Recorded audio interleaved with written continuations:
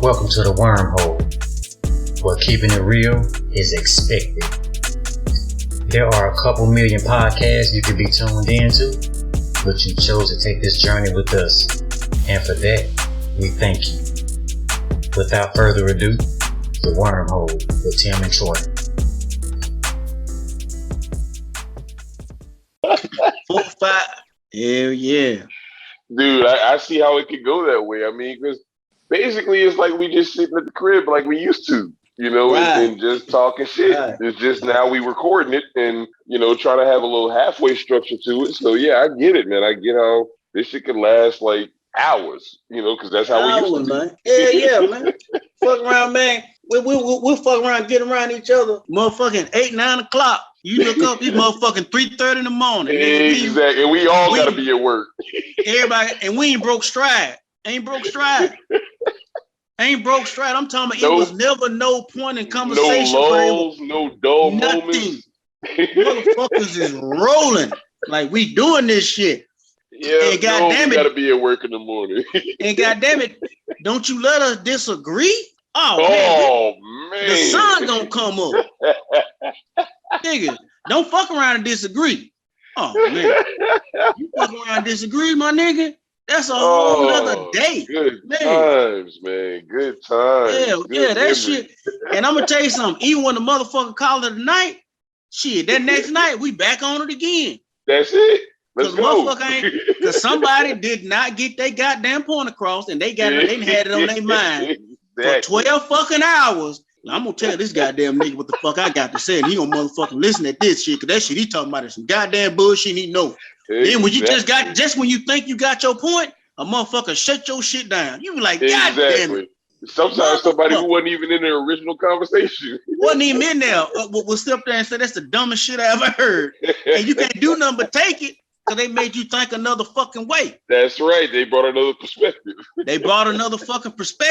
And when that other perspective come in, because it might have been 8 niggas in the room, but that nice nigga that made everybody think. Yeah. Fucking crazy. Oh, dog. Good times, man. Yeah, you got to have that shit. Remember that good old brother therapy we just shared. Man, that's right. And that shit was free. Yes. That shit was fucking free, dog. You can't sit up there and come in the room with no bullshit. Man, everybody was equal. Everybody equal. Because you know what kept everybody equal? Because shit, you couldn't bullshit nobody. That's right. Bullshit nobody.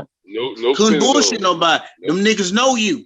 Don't sell me that shit, nigga. I know you. We work with each other. We saw each other. We saw each other more than our own families. Than our own fucking and family. If I didn't work with you, who I'm staying with probably worked at your spot. Like I need to work with everybody. Just seeing everybody all the time. Man, that's what it was. You can't do it. Like I see you too much. I know your shit. Yeah. Don't you sit up here and tell me, oh, this bitch this bitch that. I'm like, but nigga, come on now.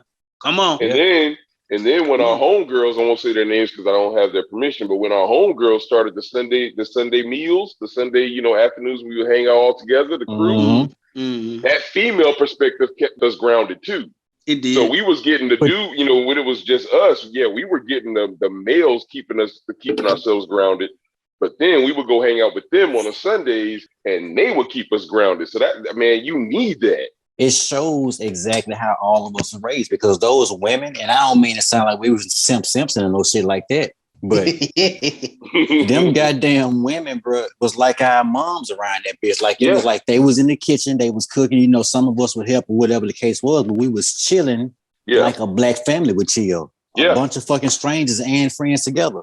Yeah. But we kept the same format when we chilled, just like a black family. Absolutely. It kept us grounded. Yeah, but I mean, if you really think about it though, back in them days, my nigga, everybody was different, but everybody came up pretty much the same. Pretty much. Yeah. Your mama will beat your ass. Yeah. Right. And everybody was different. Like, you might have grew up, like I said, you grew up, Jersey, you moved around a little bit. Mm-hmm. All I know is, I raised in Arkansas, he Bastrop, everybody from every different fucking walk of life. But at the same time, we were still the same motherfuckers at the end of the day. You know, because sometimes when you get older, you try to change your perspective because, you know, some of us went to school, some of us didn't. So some of us think we educated and some of us are educated, but act like we don't know shit. That's just me. Right. And I'm not ashamed to admit me. But yes. I mean, shit, you talk to me and you think, hey, that nigga been to jail 3-4 times. Yeah. And I ain't. You know what I'm saying? Shit, I don't know nothing about that. don't know nothing shit about it. I don't know shit about it because that goddamn that one mugshot I got, goddamn it, head, I look like goddamn Arnold. Shit, like a kid, eyes bloodshot, red tears. Shit, if you look at my lips, I'm mumming Momma. You know what I'm talking about? Mom. You know what I'm saying? Hey, but out there in them streets, I done got drunk. I'm tough than the motherfucker. When they told me to turn to your right and turn to your left, and they say face the front, nigga, I'm talking about nigga. I was lip shaking and shit. If you look real close, you see a little slob. Shit, I look like a goddamn a goddamn broke mouth mule on that bitch. That's goddamn white shit running. Shit, where my mama? Shit. Nigga, hell no. Jail ain't the place to be. Shit, curb all that goddamn drinking and talking shit, nigga, because when it's time to go to the big house, we want your mama. Cold. It's cold in here. It's cold as fucking this bitch too. It's so cold in it. Goddamn, it's cold. God damn. Shit, but hey man, when they make you put on that yellow, that goddamn orange jumper, shit, your life, you start thinking about life, son. Tell me about it, buddy. Don't you tell me. I'm gonna tell you something. Nigga be hard, buddy. These bitches be hard, but when you get down bad, you call for your mama, buddy. Yeah. God damn it. God, boy, I'm telling you, man, fuck that shit. I put the night in the precinct. I got cuffed and put in the back of a cop car. Spent the night in the precinct myself.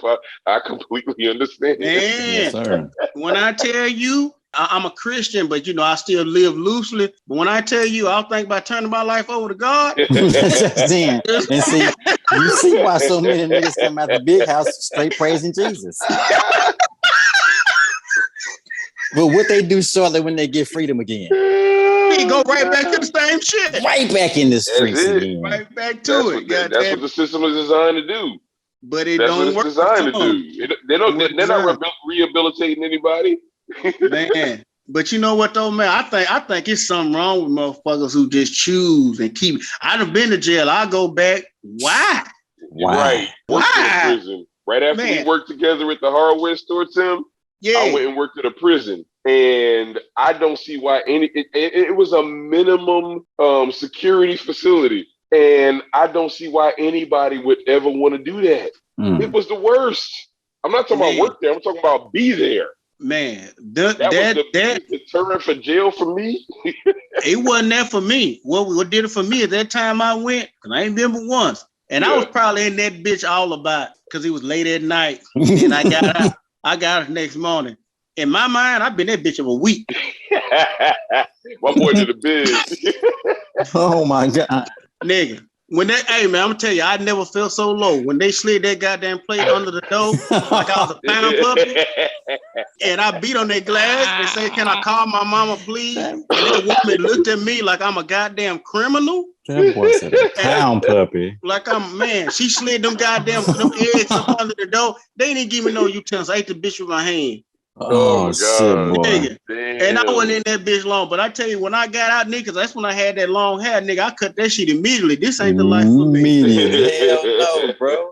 I cut that shit the fuck off. I got home, back to Arkansas, called my partner. I said, man, he said, you gonna cut all this shit? I said, man, cut it. Nigga. Out. Nigga, my mama, my homegirls bailed me out, but my mama came and got me and took me back to Arkansas. Nigga, man, when I tell you my grandmother's in that back seat, she might have well been preaching a sermon. I heard grandmother was in that back seat too. My grandmother came with her. They left my little brother at home. That what really got to me too. Left my little brother at home with my auntie. They said, "Cause we can't let him see you coming out of jail." You know? Yeah. Wow. Real That's shit. Serious. When your grandmother was in the back seat. My grandma came in the back seat. As soon as I got my ass back to Arkansas, my auntie done called the house. She lived in Oklahoma City. She was like, "Boss, you all right?" Oh man, they were like, man, you know, hey, we been behind. Oh, they gave you the speech how they been behind you. I was the first one to go to college. We been behind you. Don't mess up. don't fuck this up pretty much, right? My nigga, when I tell you I walked the straight and narrow after that, oh my God, I said, man, I'll never again do no shit like that, man. That shit was over for me. That's why I want to say how these niggas right now, dog, these goddamn old ass men getting goddamn locked up for gang shit that teenagers do. Bruh. Like, man, like how many times you want to go to jail and be around number niggas? Yeah. Them niggas like that controlled environment, whether they want to believe it. That's why they call it institutionalized. Yep. Some people cannot survive when it's randomness. Randomness freaks some people out. Yeah. Freedom. Sometimes freedom can be too much. It can be too much. As horrible as that place is, it's not random. It's very straightforward. What is it? What is it? 3 hots in a cot? That's stabilization for some people. You know what I'm saying? They've been out in the world and they were homeless. They'd rather go pull an armed robbery. That they have no intention to hurt anybody, but they would rather go pull an armed robbery and go to jail just so they can have free food and a place in a warm bed. There's people out there like that. Hey, Jason, I'm going to go a little bit deep on that. Have you ever thought about this? Maybe that was something, structure is what they always wanted. Always needed it. Absolutely. They always needed structure. So when they get that structure, that's why they want to go back to it. So they got that because really, if you think about it, as we was raised as kids, we was pretty much in jail. Yeah. So when we went to school and played, that was called furlough, right? Yeah. Furlough. Your hour furlough. Yeah. It's your furlough, right? But you know, you got to be in the bed at lights out at a certain time. You eat at a certain time. Everything was fucking structured. So those who go back, that's something that they always wanted because they seen others who had it. But they mama said, fuck it. You 13, it's 12, 1 o'clock at night. You still riding your bike up down the street. Right. They might have wanted that. And now as a fucking man, as an adult, you finally get that. But now you're getting it in the penal system. And while you're in the penal system, you're getting penals. So what the fuck? Oh, wow. Oh, my God. Think about it. You're right. What part you want me to think about, Tim? Because I'm not thinking all about that shit. God damn it, hell, I packed a lunch, eat it. God. What if I don't like peanut butter?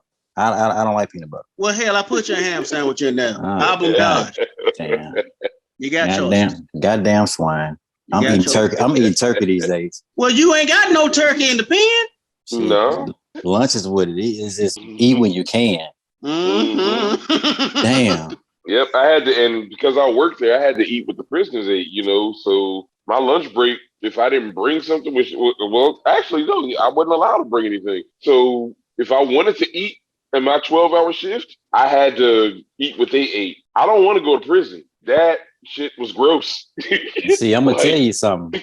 I applied for a job like that at a children's home. And luckily, my background took me to the point where I was out of contention for that shit. I can't get no job like that. So I'm glad because I can't even see myself.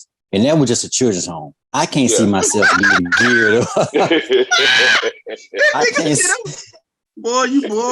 I can't see myself getting geared up to go see that every day, much less. And I've been in the system and I've been in those places and I cannot see myself going to work every day, watching that every day. And you go to work seeing that shit. I mean, I don't even want to work there. I don't even want to work there, bro. You don't want to work there, but okay. So even if you don't want to work there, but why the fuck they want to be there? No, that's crazy. Now, I don't want to put this person on blast, but I know somebody real close to me that have said that even from the time I was a child, shit, that's the best place for it. Like Jay said, 3 hots in a cot. That shit is real.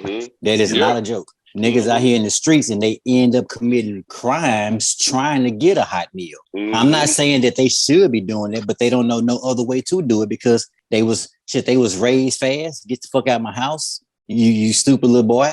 And they got to get out there and do their thing. And they do something dumb when they get in there. Like you say, as long as you get your ass up and you ain't got no choice. Because if you don't get up, they're going to put your ass on detail. So you got to get your ass up and go get your fucking your hot meal. Regardless of what it is, you got to eat. You got to take a shit. Well, do y'all ever think about this? Any one of y'all ever watch the Andy Griffith Show? Yes, sir. Indirectly, no?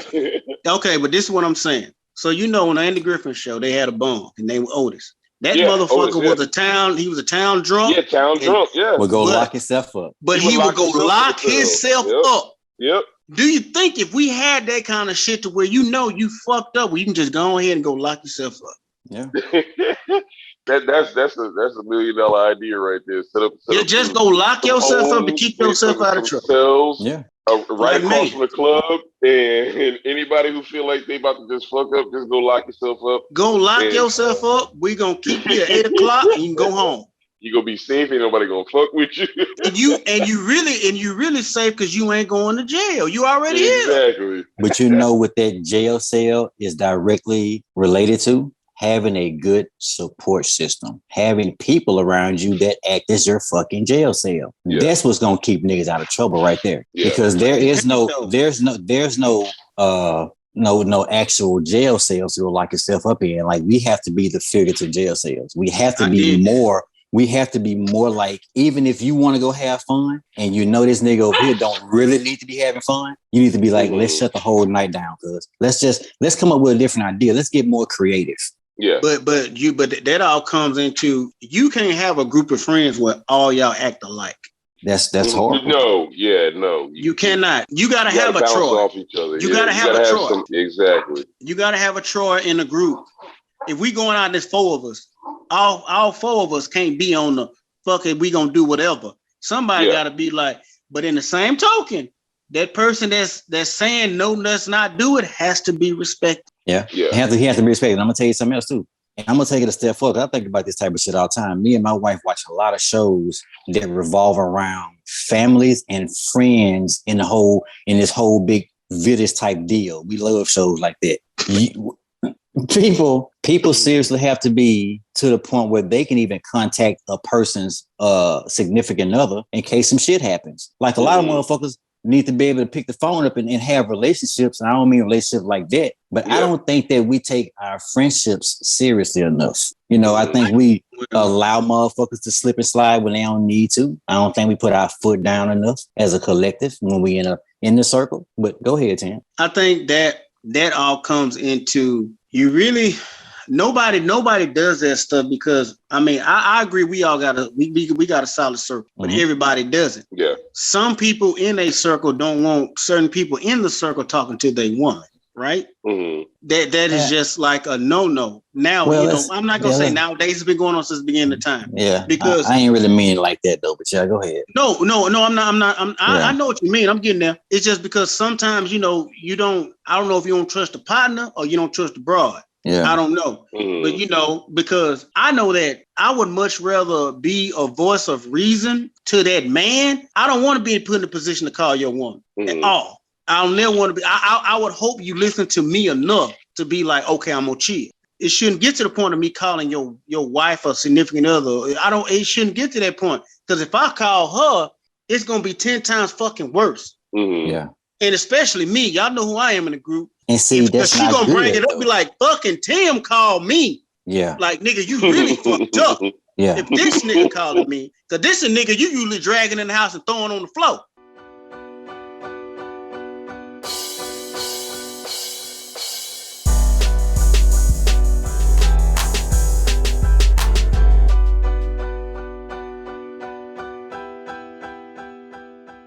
Yeah.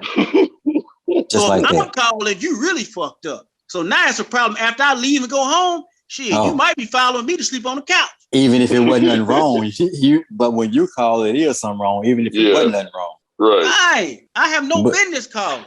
But I've had to convey some serious shit to a couple of the homeboys, old ladies and mothers. I've had to, and I think that that's important. I think if you're hanging around somebody, I think you need to be able to talk to people's whoever. People have shit going on. At this point, we got kids. You got to be able to call a person's number and speak to that person's caretaker or live-in partner, whatever the case is, in some kind of manner where it's not some thug stupid shit. Yeah. And I think a lot of us, when I say us, I mean Black people, we get so stuck in our character that we forget that people know us prior to our character and won't even break it to do some important shit. Like, we won't even break our character that we created for important stuff. That's what I'm getting at with it. Yeah. I don't understand what you mean. I think that Black people are so swagged out. They so into their character that, like you said, we got groups that, we can't talk to this person, wife. This person really, who do you know can call your mama and say, Miss, whatever the case is, something. Who would you depend on? And just take me out the equation. Now, we ain't saying no names, but just say a number. Shit, honestly, I'll wait, nigga. I will wait. Honestly, like I like to call my mom. I got like if some take you out the equation. 4. Okay, that's good. 4. But that's the 4 I know my mama know. And see, that's kind of a different ballgame. I'm talking about more of your friends, like your circle that you've created outside of your hometown or some shit like that. Like I think you need to hang with people. No, 4. Like not my cast from back home. Mm-hmm. I know at least 4 of y'all, minus you, that like if she got a call from them and they say their name, not their street name, like, hey, Miss Becky, this such, oh, okay, what's going on? Boom. And then she lay it down. She gonna be like, I'm on my way. Now, if somebody calls, she don't know, but then she still gonna listen because you know my name. Yeah, but I just think it's important. Maybe I'm missing the ball on this one, I think, but I just think it's important to have very helpful people around. I think a lot of times niggas want to be around each other to be slime balls, to just like a ball of slime. When you roll this shit, it's gonna pick up everything. I think niggas want to be around to be that extra trash on the motherfucking slime ball. Like, don't nobody want to clean the slime ball off. Everybody want to be trash on it. But we can only speak for us right now. We too old to have slime ball niggas around. Right. Too old. You too old for that. Yeah. Now, if I was 19, 20, 18, 19, 20, 21, 22, I give it up to like 23. Then yeah, you might have caught me hanging with some motherfuckers I ain't hanging around. I'm 40. Like any motherfucker I'm around right now, solid in the motherfucker. So if my mom get a call by anybody, and I think taking mamas into a little different. Now, when you talk about they women and shit, I will say most of they women, I don't speak for myself. If I call any one of y'all women who know me, they gonna fucking listen because they're like, this nigga don't talk to me at all. Mm-hmm. Right. So that's a little different. That's just the kind of dude I am because people call people on me. Yeah. You are the person that gets called on. I get called on, so that's fine. But now, if it was people that acted, like some of the other homeboys, they be like, oh shit, fuck it, they don't want to, whatever the fuck. But so I really can't say too much because if I call, even though I know my number ain't programmed in their phone, but if I call multiple times, they gonna answer that motherfucker. Right. And I'm like, hey, this Tim. They be like, oh shit, what done happened? What done happened? First words come out their mouth. What done happened? What done happened? Yeah. Why are you calling me? They might ask you, what have you done? Oh, it's my fault. It's okay. Hey man, it's just scar tissue at this point. You know what I'm saying? It's just scar tissue. It don't even hurt no more. It's just scar tissue. It don't hurt no more. What have you done with him? Like I say, man, my goddamn back, goddamn it, hell, it's numb. Shit, it's okay. and I'm gonna tell you something. I'm gonna take the shit from the woman for you. But as soon as you get well or get bonded out and all that shit, we gonna talk. We gonna talk, my nigga. Now I'm gonna talk. We gonna talk real big, and I need you to go in there and straighten it up. I ain't saying shit to her. You straighten it up. Go reclaim my spirit. I'm telling you, and at this point, I need to be a notch above you for at least 2 months. Because she took it. At least 2 months. I need to be the best thing walking for 2 months. I ain't asking for much. I'll take a month and a half. Fuck it. Because within that 2 months, I'll be done fucked up. Fuck it. Shit, I'm gonna tell you what's worse. I don't know if it's worse getting scolded by your old lady or by somebody else. It's like, which one is worse? Somebody else's. Oh, that's somebody else's. Yeah, because you used to your old lady. You know how to tune in what you need to tune in and tune out what you need to tune out. So somebody else tuning you out. You got to listen to everything they're saying. No, and they really got all rights to break you down. Yeah. All right. And really, when they doing you like that, nigga, you need to keep your fucking mouth shut and take it. Yep. Just take it. Take it. That's it. Take it. Because especially if you knew you were wrong. And now this the rap I get. If another motherfucker get in trouble and do some shit, they gonna say I had something to do with it anyway. But it's okay. You are the gate the culprit. Like you are the reason. It's me all day. Say how long was a bad guy. Man, there you go. That's it, man. I'm like, man, I done took so many tongue lashes that I did not deserve. It had nothing to do with me. Nothing to do with me. I said I didn't want to go. Yeah. From the jump, I ain't want to go. Like you told me the other day. Whoa.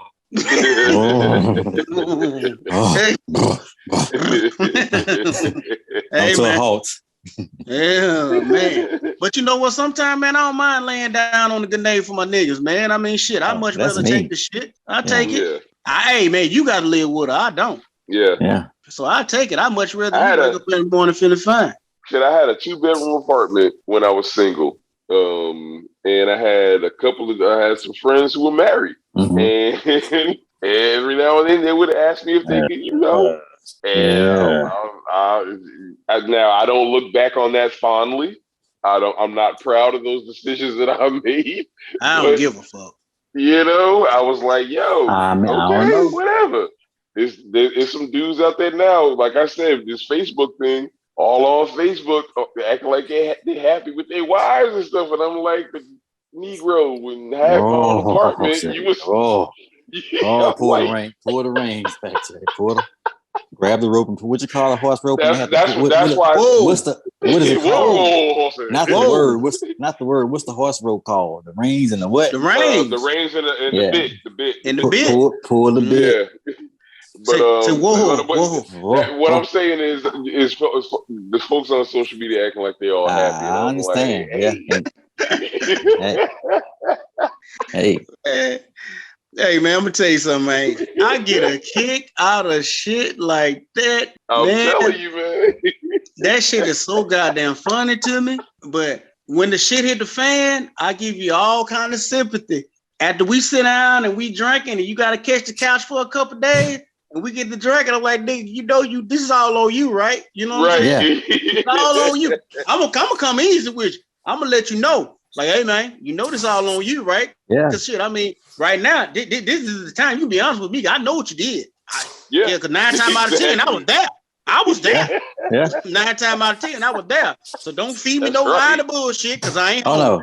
Well, that is what I don't do. We do not do that because I'm gonna tell you, if I do fall in the grenade for you, first of all, it can't be a spontaneous act because we're gonna have a disclaimer talk before I do it. You're gonna know that I'm going to contact your person of interest and I'm going to tell her the story. Like, I don't want you to tell it. You can go home and tell it if you want to, but I'm going to tell it my way. Hey, man, and I'm going to tell you something. I'm going to tell you how I know this nigga ain't lying. I had an accident long time ago. And we tried to talk to you. Lord have mercy. Man, I had an accident long time ago. It could have really hurt me bad. Could have been not being here today. I could have been dead. People have died from lead. This man called and made the call. Oh my God, dude. And man, we talking about what I think we talk about. I ain't gonna say skateboard. We talk about. Yeah, okay. No. Motherfucking skateboard. No, stop saying a skateboard. It was not a skateboard. It was a 5 foot long, wakeboard. Yeah. A wakeboard with tires the size of training wheels. Yep, and I did it. I'm not proud of it, but man, I did that shit. That was one of the worst. I know that story well. And that hill you went down was every bit of 100 yards going at about 35 to 40 inch steep drop. But see, I put too much trust in them Chuck Taylors, man. You put too much trust in your thought process. In everything. Hey man, you put too much trust in. Hey, you remember last time we talked? Hey man, you know what I'm saying? Never nigga fault. I'm gonna blame everything else. Yeah, you had them tied up all the way to the top lace around and we talked that night thoroughly about that wakeboard. Tim, do not do this. Do not do this. And Tim waited until everybody was passed out and went out there and got on that wakeboard. I didn't know our mutual friend would have. If the fall didn't kill you, she was gonna kill you. Yeah. And I'm gonna tell you something. She gave me the fucking business. Not knowing, like, nigga, I got a cracked skull. This motherfucker was still talking shit like I was normal. The fuck off. God damn. What? I was in the backseat for it too. I heard it all. Oh my God. With my hands in my lap. And then let me tell you, and then let me tell you what she did. Call my fucking mama. My mama had to come down here again. I called your mom. I called her the first time too. Yeah, we both called her. Oh my God. Man, stop calling that woman. It never gets old. Yeah, damn. But it was my fault. Man, I got so goddamn drunk and I felt so good. And that white boy showed me that board. I said, I can ride that motherfucker. And can't nobody in here tell me I can't. And I waited good till everybody passed out. Put them Chuck Taylors on, laced them up tight. I gave that bitch that 2 kick pushes and went down that hill. By the time I got to that second dumpster, that's when reality set in. It was like, oh shit. Hey, you know, Dave Chappelle said in that moment, you knew he fucked up. When and I bailed. Goes wrong. I fell off that bitch And next thing I know, I came to, Troy said, lay down. Oh, God damn. Nigga, I said, I'm cool. Then my back got real hot.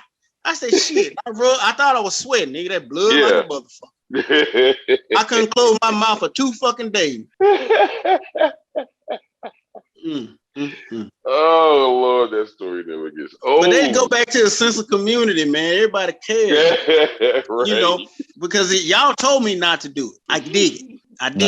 We didn't just tell you not to do it. We repeated it multiple times. But go ahead with the story though. Yeah, man. I mean, it's all good, but they just go back to the sense of community. Everybody cared about each other. Didn't know, and and I'm gonna tell you something too. Wasn't nobody running out. Well, even though phones wasn't hot like that, but wasn't nobody running out there recording. Man, we all worked. Every single one of us worked at wireless communication services at that time, and not one of us, even the people we called over to come, some of them worked there, and not one of us recorded that incident. Not one person. Not one person. Not one person. Yep. Don't blame it on technology. Don't blame it on yourself. Like you want to record everything. Everywhere you go, instead of helping people now, people record the incident. They don't help, they record it. Yeah, then that's not cool. That's not cool because you see some people take their last fucking breath where you could have been trying to resuscitate. Right? Just using your phone to do something. Just do anything else but record them. Yeah.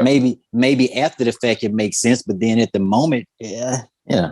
No, but that's just the world we live in now, man. I don't fucking get it because you look at shit now, and then I don't get the point of why y'all on live with pistols and shit, waving them in the air. Oh Lord. Like, why? What are you doing? The best thing in the world is to let nobody know you got anything. Yeah. Because I'm going to tell you something. You let motherfuckers know you got guns and shit. Okay, well, we clearly in the scene 3. We going to bring 5 shooters. Yeah. That's right. And call it a day. Versus thinking like, this nigga ain't got nothing. Shit, it ain't going to take but one of us to go up in there. Yeah. You know what I'm saying? But why you telling everybody what you got? Mm-hmm. Why you flashing the dope? Why you flashing the cash? That's what's hot right now. But it ain't hot. But no, I'm talking about to them. That's what's to hot. Them, yeah. But it's not. Yeah. No, it's not. No, man. Because I'm gonna tell you something, man. Most rich motherfuckers you meet, dog, they look like they ain't got a dime. Yep. Yeah. Oh, dude, you see it every day. You know, in our profession, we see it every day. We know the motherfuckers who have the real money. Like, we see people come in there, flashing and shining with their clothes and stuff like that. And then we see them dudes coming in with them raggedy ass shorts with them goddamn boat shoes on, and a raggedy ass shirt. And that motherfucker got some money. Mm-hmm. You know what I'm saying? He don't have the fucking time. They all have a smell. It's a certain smell. It smells like not a chlorine, but they got a smell to them where they all got this one smell, man. You can just, it's crazy. I disagree. Yeah, it's called success. That's what it's called. I disagree. What you got, Tim? It ain't the smell. I'm gonna tell you what it is. The attitude. Yep. Oh yeah. Yep. It's the attitude. Yep. Because motherfuckers who got shit, they act like little shit don't phase. Right? Like, well, we can get past that. Yeah. Yeah. But motherfuckers that's broke, they want caviar, they want shrimp, they want steak, and they don't want they don't want no 6 ounce. They want a tomahawk. They want a big dog. They want that. Motherfucker with money like shit. You can get them, and we ain't got nothing but bologna. Okay, I'll take it. A broke person want a lot of explanations too. They want to know exactly where their money's going. I'm not saying rich people don't care about their money, but like you said, people that's got money, they just want to come in there and get what they want. It don't matter what it goes. And even if something was wasted, fuck it. Yeah, I'm not gonna get on you about the shit. That ain't your problem. It's mine. They want to leave your establishment and go get in their car that feels so much better than anything you've probably ever even thought about being in, and go back to their crib. Go back to their crib that feels way better than anything you ever even thought about being in or dreamed in. Yeah, that's crazy. But I'm gonna tell you an example. I had a lady come in the other day, and this is an example of you got so much money, the world is just oyster at this point. She was talking about how her phone wouldn't connect to her car, and so I asked her what kind of car does she have, and she said, she said it's a 21 or a 22, I don't even know. And I said, well, what kind of car is it? She said, oh, it's a Lexus NX. I'm like, how do you not know what year your Lexus is? They don't care. That's money. You because don't it's just even a car. know what year your Lexus is. A Lexus. But they always say motherfuckers who really got it don't show it. Yeah. You don't show it because I understand that thinking, because if I show it, now you want some. Yeah. Don't show it. Don't show it. I mean, that's it. There may be a small portion why they don't show it, but I don't think they show it because they're accustomed to it, because they view it differently. I think they view money like we always talk about. We look at money to the point where we need to hug it tight and watch it and watch it go all the way where it's going before we take our eyes off of it. But it's a difference between old money and new money. People at that level, they don't. Their money is always making more money. Yeah. They're not at work. They're at work the moment their eyes pop open. They're at work when they're sleeping at night. Yeah, I was say it was at work already. Yeah. Yeah, their money is making money. And so that's why they walk around like they don't have a care in the world. Whereas motherfuckers like us and other people, working class people, we're constantly trying to figure out how to make ends meet. Their ends have already met. Yeah. They're good. Their ends are locking arms with other people's ends. And I'm gonna tell you something else too. Those people that we look at and we say, well, it's broke white people, but yeah, it is. But the people that they know, like even if it's a broke black person, a broke white person, I know people. I know all of y'all, and I know people in nice professional areas in their lives and careers. But they just know people that's everything. So a broke white person got so much time and so many chances to just get back out of whatever hole they're in. And they just always have a chance, man. They're never out the game. They remind me of Tom Brady. Like the white race reminds me of Tom Brady. Mm-hmm. Yeah. Man, because what Paul Mona say, you got the complexion for selection. You know what I'm saying? Yeah. That's different. Yeah. Your complexion, they gonna give them 1,000 chances. 1,000, a million, trillion. They gonna give them all them chances. Because that complexion will let them, because as a black person, and especially as a black man, you ain't got no room for error at all. No. Period. Zero. You have no room. I mean, our black sisters, I'm glad to see them get up there and do great things, because the pendulum has swung, because us as black men, we think being street is cool.